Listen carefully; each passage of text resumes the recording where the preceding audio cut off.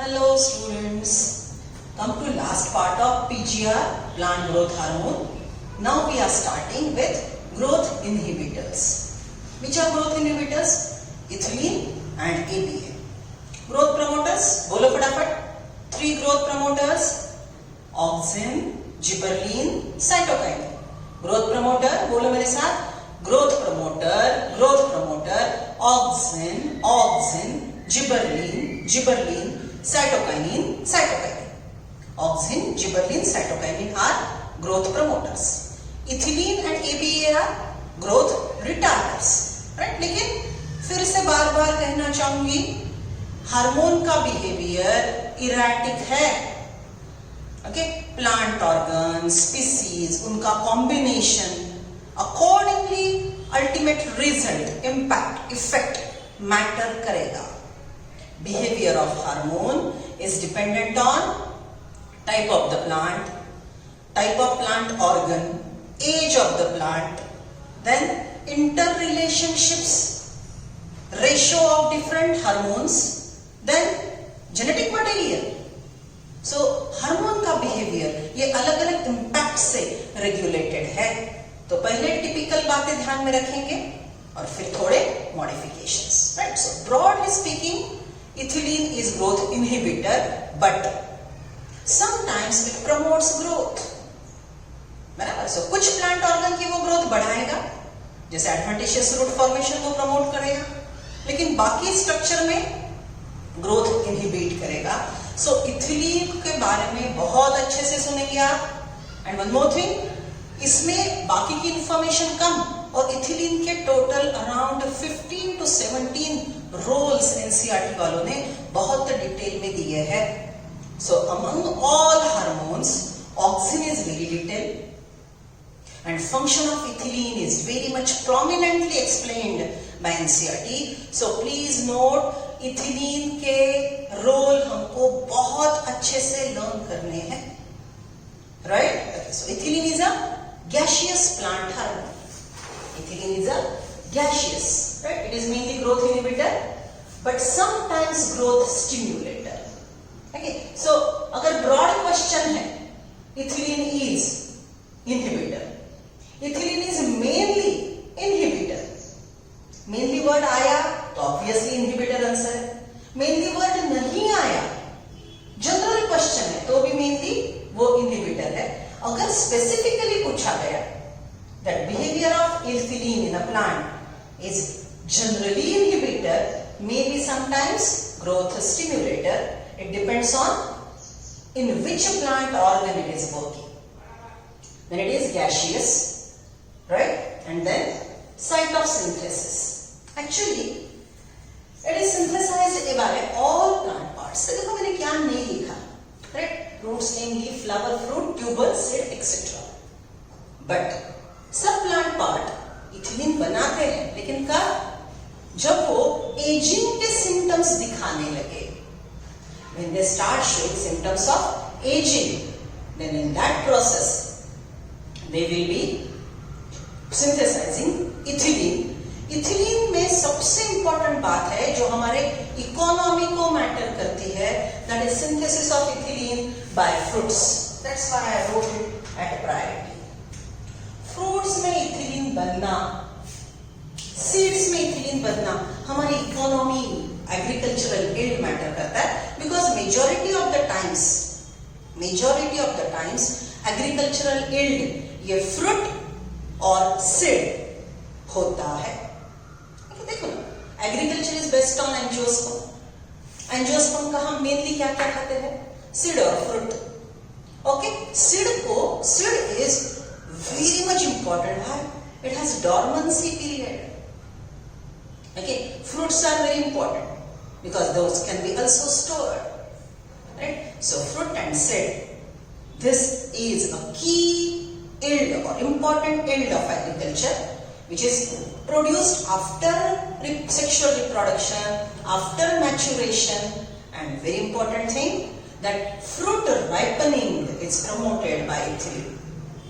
देखो, कच्चे आम लाते हो, ओके, या तो वैसे खट्टे आम खा जाते हो या फिर आम को ग्रास में कवर करके, एक हाथे बॉक्स में रख के, पेपर में रैप करके, या पुराने ओल्ड अपने दादा दादी से पूछेंगे तो वो बोलेंगे कि मैंगो या अनराइपेंड फ्रूट वो ग्रेन में रखते थे।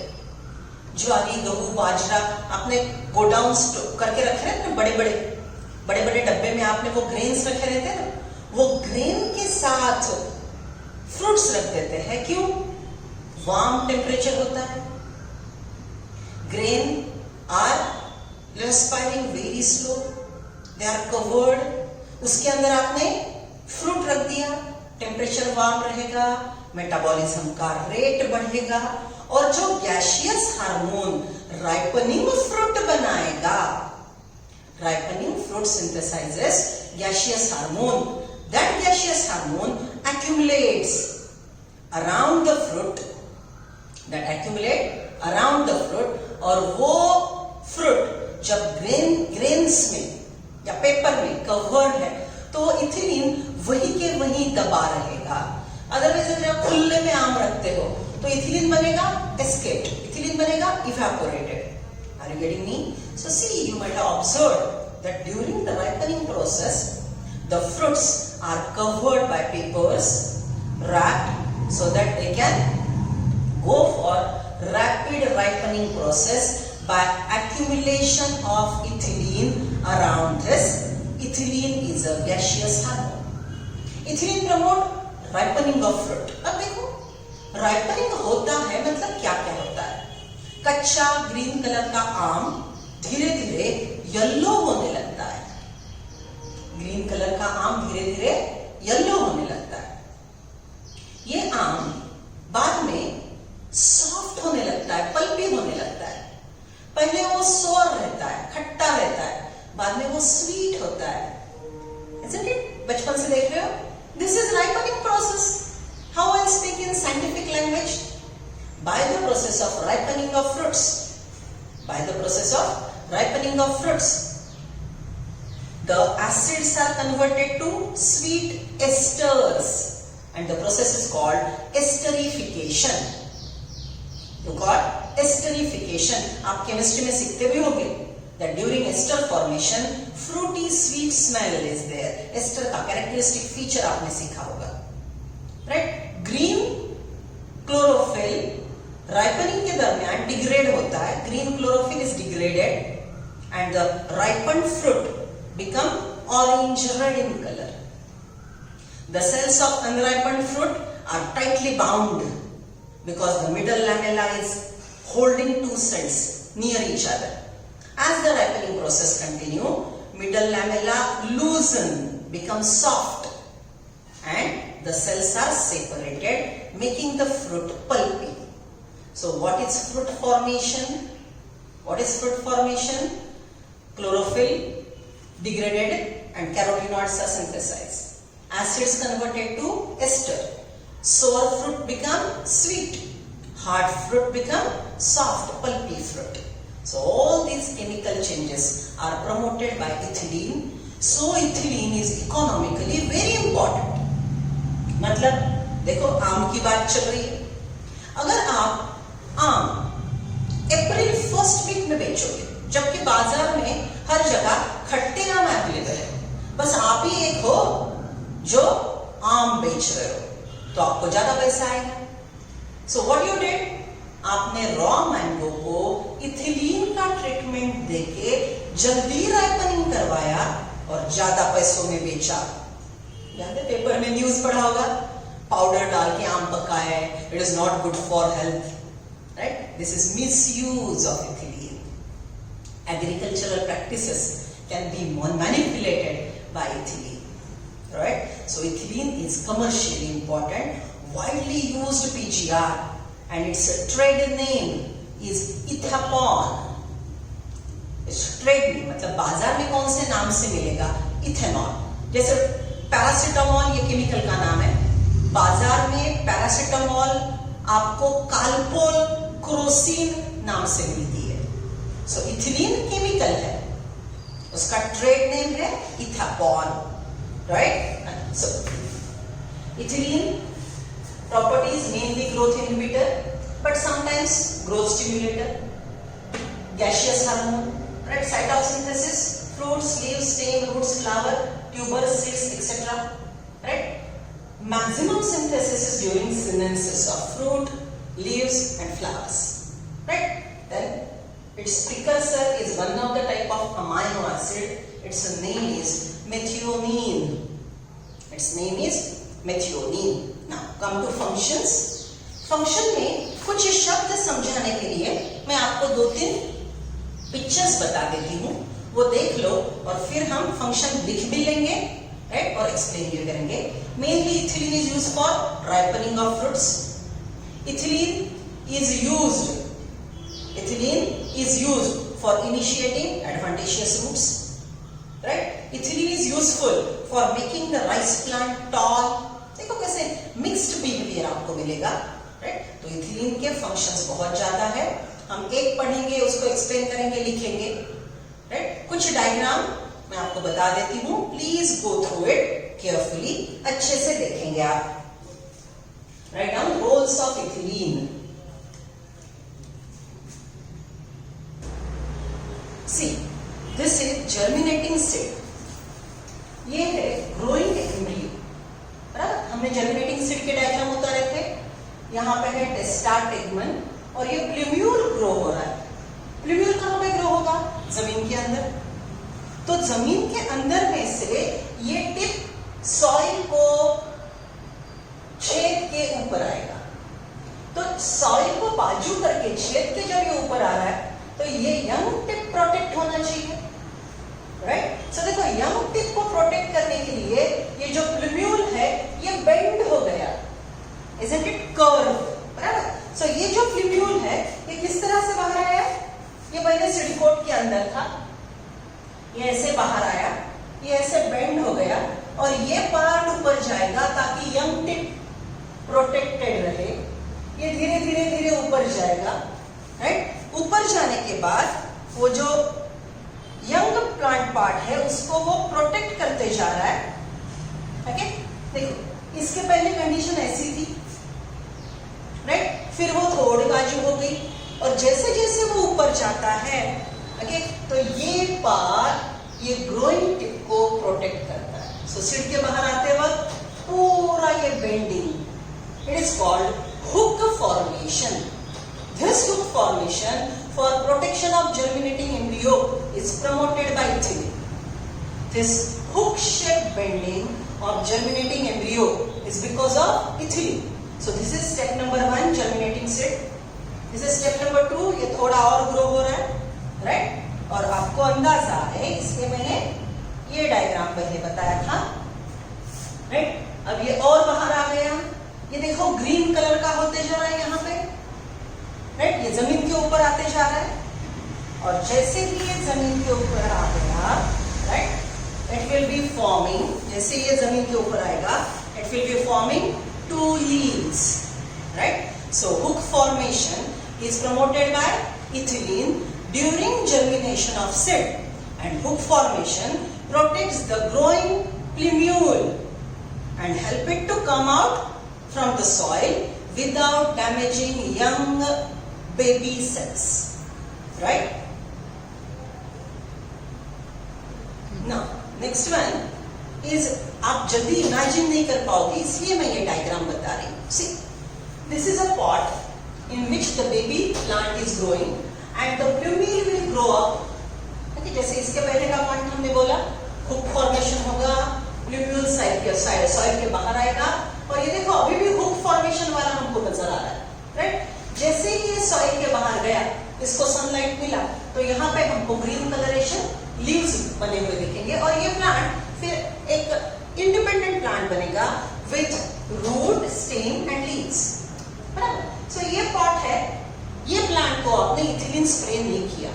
ये दूसरा पॉट है, इसमें आपने थोड़ा इथिलीन डाला और ज्यादा और ज्यादा और ज्यादा. Now these values are not very important for you. What you are noting down is that as the ethylene concentration increases, the germinating baby plant is not growing erect, but it is showing horizontal growth. This is erect growth. Ethylene का concentration position बढ़ते गया बढ़ते गया बढ़ते गया बढ़ते गया तो बेबी प्लांट हॉरिजॉन्टल ग्रोथ करते जाता है। अब आप मुझे बोलेंगे मैडम एग्रीकल्चर में हॉरिजॉन्टल ग्रोथ क्यों चाहिए, राइट? सी, अगर स्टेम वीक है, राइट, या फिर आपको कुछ ऐसे फ्रूट्स बनाने हैं जिनका वेट ज्यादा है। ओके, आपने कभी देखा होगा ग्रेप्स के जो क्लाइंबर होते हैं उनको ऐसे ये करते हैं और पूरा उनको फ्रेमवर्क देके, राइट, ऐसे मांडव टाकून ऐसे थोड़ा फ्रेमवर्क देके उसको सस्टेन करने के लिए हेल्प करते हैं ताकि वो वेट बियर कर सके फ्रूट्स का। सो अगर ऐसा प्लांट है जो बड़े बड़े फ्रूट्स देता है, ऐसा प्लांट है जिसका एडवांटेजियस सिस्टम आपको रूट सिस्टम बढ़ाना है, तो उसको अगर आप हॉरिजॉन्टल ग्रोथ करा दो तो एग्रीकल्चर यील्ड बढ़ेगा, right? So ethylene is promoting horizontal growth in the germinating seed. More the ethylene, more the horizontal growth. Otherwise, if ethylene is not there, plant will continue to grow erect.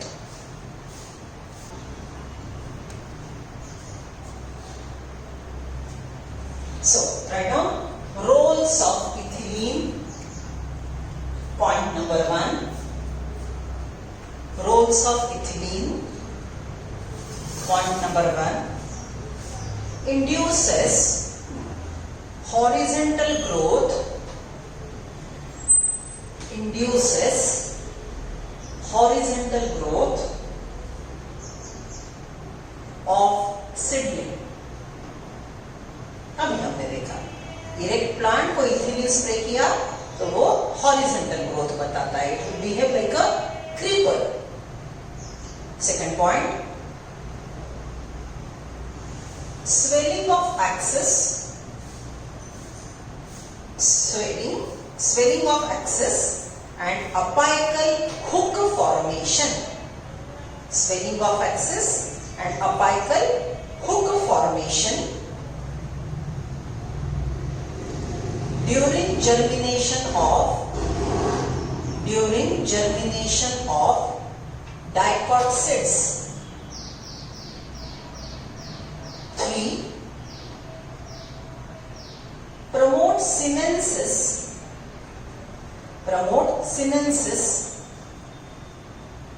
and abscission layer formation.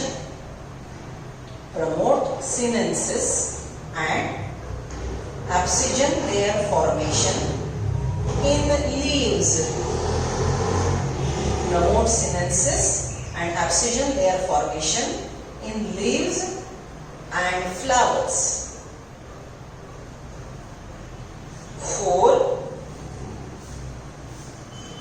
Increases rate of respiration. Increases rate of respiration. See, ethylene की वजह से ageing हो रहा है, sinensis introduce हो रहा है. So obviously ageing में catabolism will be more than anabolism. Constructive chemical reaction कम होंगे, डिस्ट्रक्टिव केमिकल रिएक्शन ज्यादा होंगे, तो रेट ऑफ रेस्पिरेशन रैपिडली बढ़ेगा. कच्चा आम, रेट ऑफ रेस्पिरेशन स्लो. जैसे ही आपने रैप करके उसको पकने के लिए रख दिया तो उसका रेट ऑफ रेस्पिरेशन बढ़ते जाएगा, राइट? और राइपनिंग प्रोसेस में वो ग्रीन आम येलो बनेगा तो rate of respiration suddenly increase होगा. That is called climacteric effect. Write down, यही पॉइंट लिख रहे हो आप.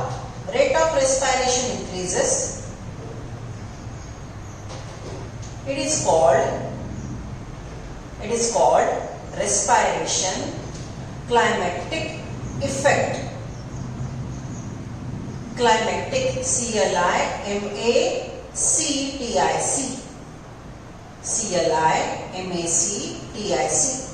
climatic effect.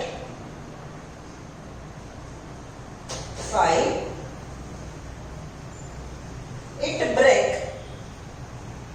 seed and bud dormancy. अब देखो इथिलीन को हम ग्रोथ इनहिबिटर बोल रहे हैं, लेकिन बीच में इसका रोल बदल गया. ये कुछ बर्ड्स में, कुछ सीड में डॉर्मेंसी ब्रेक करने का काम करता है.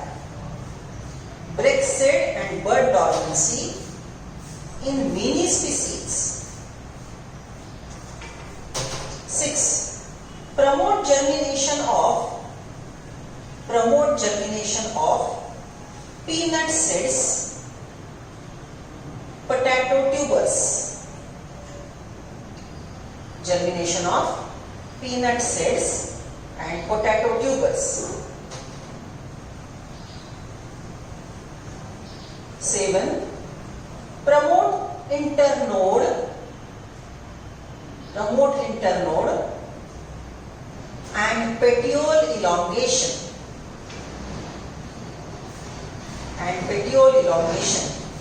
in rice seedlings.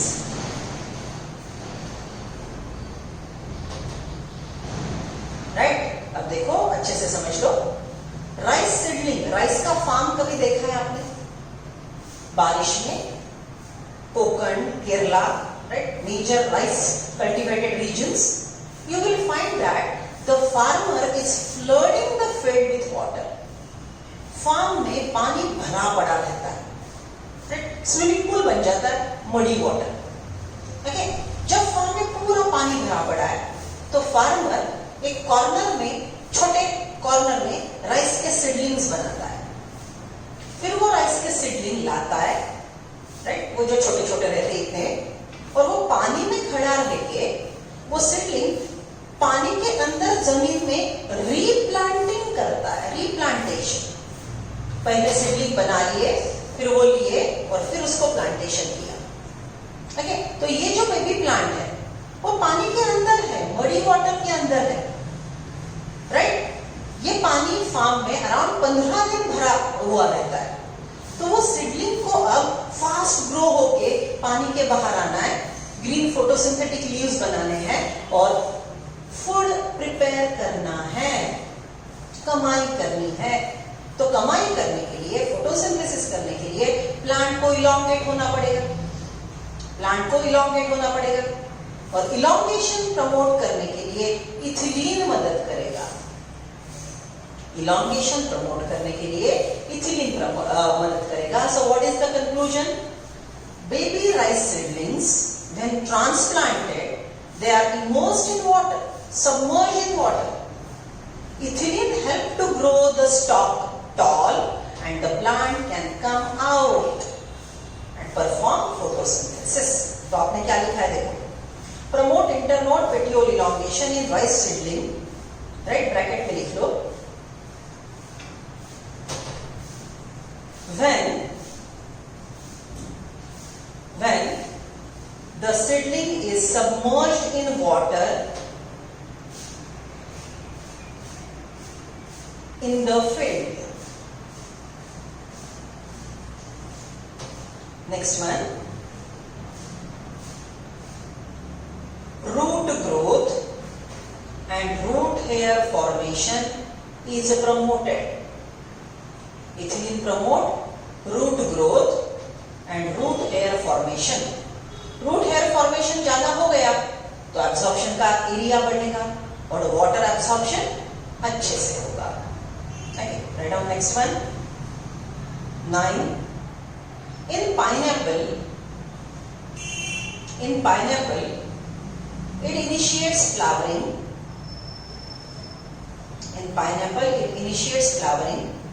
And synchronized fruit setting activities. In pineapple, it initiates flowering and synchronized fruit setting activity. Pineapple में aggregate fruit, right? Okay, वो बनता है. Stepwise process होगा fruit formation का, बराबर?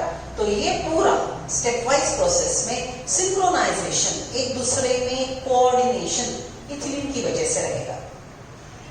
Point number 10. Promote flower formation in mangoes.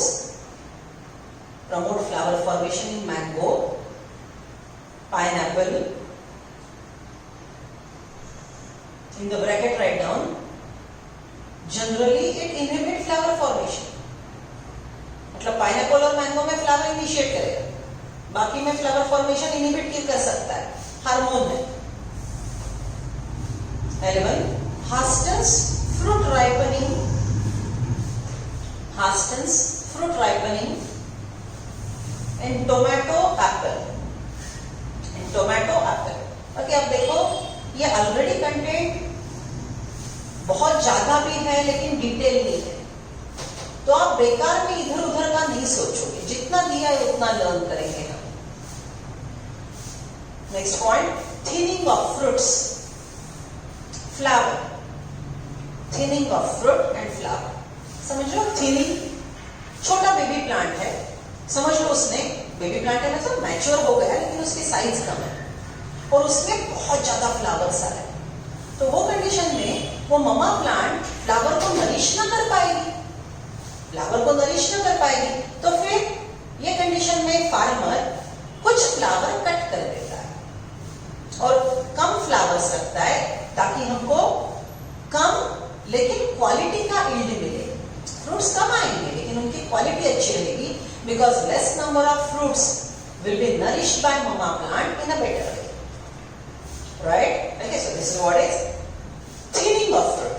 हम fruit का flower का नंबर कम करेंगे, that can be done by ethylene. So thinning of fruit, flower in cotton, cherry, walnut,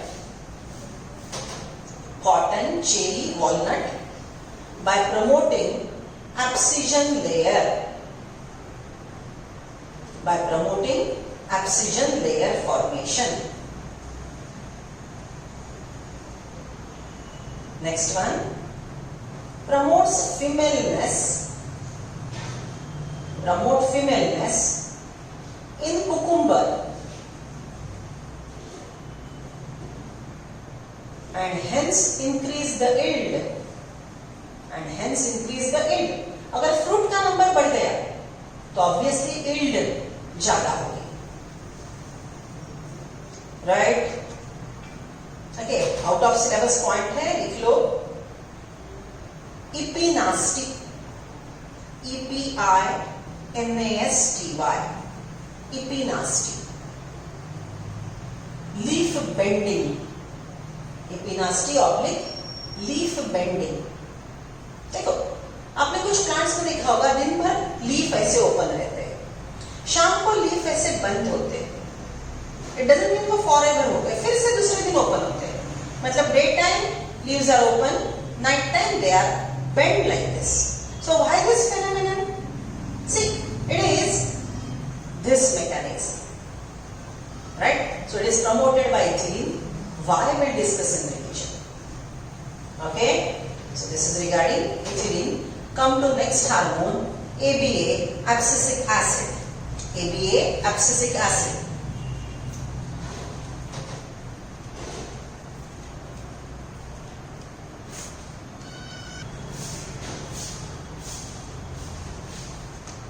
Yes, now the last PGR, ABA, abscisic acid. Stress hormone, also called dormin. ABA, abscisic acid, stress hormone, also called dormin. तो देखो, नाम ही आपको meaning बताता है. डॉर्मिन, dormancy induce करेगा, growth retard करेगा. Stress hormone, plant को जब भी स्ट्रेस आता है, स्ट्रेस कब आता है? एडवर्स क्लाइमेटिक कंडीशन में स्ट्रेस आता है. एडवर्स क्लाइमेटिक कंडीशन कौन से है? आपने प्लांट को पानी देना बंद कर दिया, प्लांट स्ट्रेस में. राइट? प्लांट को मिनरल न्यूट्रिशंस कम मिलने लगे, प्लांट स्ट्रेस में. प्लांट को पोल्यूटेड सॉइल में आपने सो कर दिया, स्ट्रेस में. Right? Okay, so plant is under stress, wounded. Right? तो वो कंडीशन में भी वो स्ट्रेस हार्मोन बनाएगा. स्ट्रेस हार्मोन बनाने से वो जो डैमेज है वो पैचअप करके फिर से खड़ा रहता है. So it is helping the plant in that way. Okay, so simple एक example देना चाहूंगी. See mogra. You might be knowing it, flower in summer. So how the yield of the mogra plant is promoted by farmer. मोगरा का climber होता है या herbs होते हैं. जो फार्म में आपने लगाए वो फार्म में आप दिसंबर के बाद पानी डालना बंद कर दो. ओके, प्लांट को पानी कम दो, वो स्ट्रेस में आता है.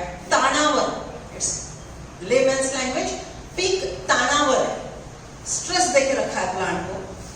राइट? वो कंडीशन में एक्स्ट्रा लीव्स शेड ऑफ कर देगा। बस स्टेम जिंदा रखो आपके फील्ड में। जैसे ही मार्च आ गया उसको फर्टिलाइजर दे दो, पानी दे दो, पहले पानी फिर फर्टिलाइजर, वो विगरसली ग्रो करेगा, बड़ा खुश होगा और यील्ड 3-4 टाइम्स देगा। तो देखो स्ट्रेस में सिस्टमैटिक काम करो तो परफॉर्मेंस प्रमोट होता है, रिमेंबर दिस। सो स्ट्रेस एक हद तक अच्छा होता है, it promotes your performance, right. So ABA is stress hormone. Plant को पानी का स्ट्रेस है, ड्रॉट है, दुष्काल, राइट, अकाल है, न्यूट्रिएंट्स कम है, बराबर, पोल्यूटेंट्स है, वो कंडीशन में प्लांट स्ट्रेस हार्मोन बनाएगा और खुद को सस्टेन रखेगा। ओके, चलो next point, site of synthesis mainly mature leaves. Mature leaves में बनता है। इसकी प्रॉपर्टी अब देखो, ये हर एक को अगेंस्ट है, लेकिन मेनली मतलब साइटोकाइनिन ग्रोथ करता है, GA अपोज करेगा, ऑक्सिन ग्रोथ करता है, GA अपोज करेगा, लेकिन मेनली ये अपोज करता है जिबरलिन को। सो ABA is called anti gibberellins, right, okay. और ये कैसे काम करेगा? इट इनहिबिट्स, इनहिबिशन का काम कैसे करेगा? RNA and protein synthesis will be arrested, okay, उस पे कंट्रोल आएगा, RNA सिंथेसिस नहीं होगा, प्रोटीन नहीं बनेंगे, एंजाइम नहीं बनेंगे, स्ट्रक्चरल प्रोटीन नहीं बनेंगे, तो ऑब्वियसली प्लांट की ग्रोथ कम होती जाएगी। Okay, then its precursor is violaxanthin which is a type of xanthophyll। अब बच्चों ये क्लियर पॉइंट एनसीईआरटी में दिए नहीं है, लेकिन अगर आप स्टेट बोर्ड या एमसीक्यू बुक खोलोगे तो ये कंटेंट पे आपको बहुत ज्यादा एमसीक्यू मिलेंगे। So MCQ orientation के लिए, as I always tell you, my classwork, only ma'am's classwork notes are the best notes you wrote for yourself after understanding. Ready-made notes क्या पीछे पड़े हो उसके, okay? इसके notes मंगवाए, उसके notes मंगवाए, okay? पढ़ते रहते हो। आपने आपके समझ के जो लिखे वाले notes है वो दुनिया में सबसे बेहतरीन है। ये मतलब निर्विवाद है, इसमें कोई दुमत नहीं है किसी का। तो आपका क्लास वर्क आपके पास है और आप वो छोड़ के किसके नोट्स मंगवाते हो? उसको, ये बुक, उसका जेरोक्स, ओके, इसका PDF, उसकी सॉफ्ट कॉपी, सबसे पहले क्लास वर्क पढ़ेंगे आप। Class work NCERT, okay, state board, बात खत्म। इस पे कितने मार्क्स आते हैं वहां पे पहले स्टेबल मॉनिटर करो, बाद में हम देखेंगे क्या पढ़ना है। लेकिन हमारे नोट्स जो आपने लिखे, बेटा मैंने डिक्टेट किए, मैंने, और आपने कितने नोट्स तो अपग्रेड भी किए, ओके, डिफरेंसेस आपने लिखे, so it's your credit, you have taken immense efforts for preparing your own notes. So वो बेहतरीन है, वो पढ़ना कभी भी आप बंद नहीं करेंगे। जब भी एमसीक्यू नहीं आए, क्लास वर्क खोलेंगे, वहां पे आपको उसका आंसर मिलेगा। मैंने जो चार्ट्स आपको दिए हैं वो आप पढ़ेंगे, okay, that is at priority. फिर हम आगे क्या करना है वो बात की बात है।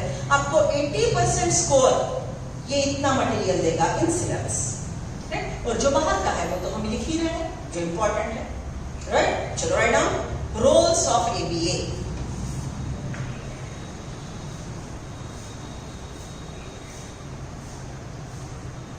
First point, inhibit seed germination. Seed में अगर ABA ज्यादा है तो सीड जर्मिनेशन नहीं होगा। Inhibit seed germination. Second, promote closing of stomata. देखो, isn't it against cytokinin? Cytokinin youngness promote करता था, ABA एजिंग प्रमोट करता है। तो साइटोकाइनिन में हमने बॉटम लाइन ध्यान में रखी थी, साइटोकाइनिन प्रमोट्स यंगनेस। तो क्या होगा? नए क्लोरोफिल बनेंगे, नए क्लोरोप्लास्ट बनेंगे, स्टोमेटा ओपन रहेगा, फोटोसिंथेसिस का रेट बढ़ेगा, रेस्पिरेशन का रेट कम होगा, राइट, ओके, सेल डिवीजन बढ़ेगा, साइटोकाइनेसिस ज्यादा होगा। इसके एग्जैक्ट अपोजिट पूरा आपको ABA करेगा, it closes stomata. Next point, make plant tolerant to various kinds of stress. Make plant tolerant to various kinds of stress. In the bracket write down drought, floods, mineral deficiency. कौन सा भी stress हो, पानी कम है पानी बहुत ज्यादा है, दोनों प्रॉब्लम है, right. So stress in the bracket write down drought, flood, mineral deficiency. Next point, seed development, maturity, seed development, maturity and making seed dormant.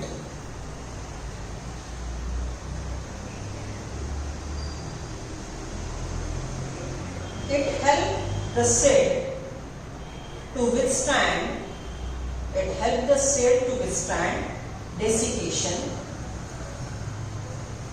and other factors unfavorable for growth. वो क्षमता देता है unfavourable condition में जिंदा रहने के लिए, stress bear करने की क्षमता ये देता है, राइट। ओके, चलो एनसीईआरटी पढ़ते हैं। I am on page number 250, abscisic acid. As mentioned earlier, abscisic acid (ABA) was discovered for its role in regulating abscission and dormancy. Oxygen ज्यादा तो ABA कम, तो abscission नहीं होगा। ऑक्सीजन कम हो गया, ABA बढ़ा तो abscission लेयर बढ़ेगा। ABA बढ़ गया तो dormancy इंड्यूस होगी। We have discussed it during growth promoter. But like other PGR, it is also has wide range effect on plant growth and development. It acts as a general plant growth inhibitor and an inhibitor of plant metabolism. देखो metabolism क्या का arrest करता है, RNA synthesis, transcription, translation arrest करता है। ABA inhibits seed germination. ABA stimulates the closure of stomata in the epidermis and increase the tolerance of plant to various kinds of stresses. Isn't it we wrote these points? Therefore, it is called stress hormone. ABA plays an important role in seed development, maturation and dormancy. By inducing dormancy, ABA helps seed to withstand desiccation, underline करो, desiccation के ऊपर लिखो, dehydration, पानी कम होना, cell के अंदर पानी कम होना, desiccation को फेस करने के लिए ABA हेल्प करेगा। ABA helps to withstand desiccation and other factors unfavorable for growth. In most situations, ABA acts as antagonistic to GAs. So ABA is anti-gibberellin. We may summarize that for all and every phase of growth, differentiation development of plant, one or the other PGR has some role to play. Total plant growth में हर phase में कोई ना कोई hormone की role play करता है और उसका बिहेवियर बाकी के हार्मोन के कॉन्सेंट्रेशन से भी रिलेटेड होता है। Such role could be complementary और एंटागोनिस्टिक। ये जो बिहेवियर है वो कॉम्प्लीमेंट्री मतलब एक दूसरे को सपोर्ट करके आगे जाएंगे, राइट। ऑक्सीजन के पास जो नहीं है वो साइटोकाइनिन सपोर्ट करेगा, दोनों मिलकर काम कर लेंगे, कॉम्प्लीमेंट्री। सिनर्जिस्टिक, दोनों साथ में एक ही डायरेक्शन में काम करेंगे। Antagonistic, opposite. Apical dominance promoted by auxin, reversified by cytokine. So hormone synergistic काम करते हैं, complementary काम करते हैं या inhibitory role play करते हैं. That is interrelationships between hormone. This could be individualistic or synergistic. ये एक हार्मोन का individual choice है या वो किसके साथ काम कर रहा है उस पे उसका behavior depend करता है. Similarly, there are number of events in the life of plant where more than one PGR interact and affect the event. Dormancy in seed, bud, abscission, sinensis, apical dominance, etc. are under control of hormone, and hormone's behavior is under control of age, plant organ, then type of the species, environmental condition, genetic factor, etc. So it is a complicated process. Yep, here we concluded plant growth regulators.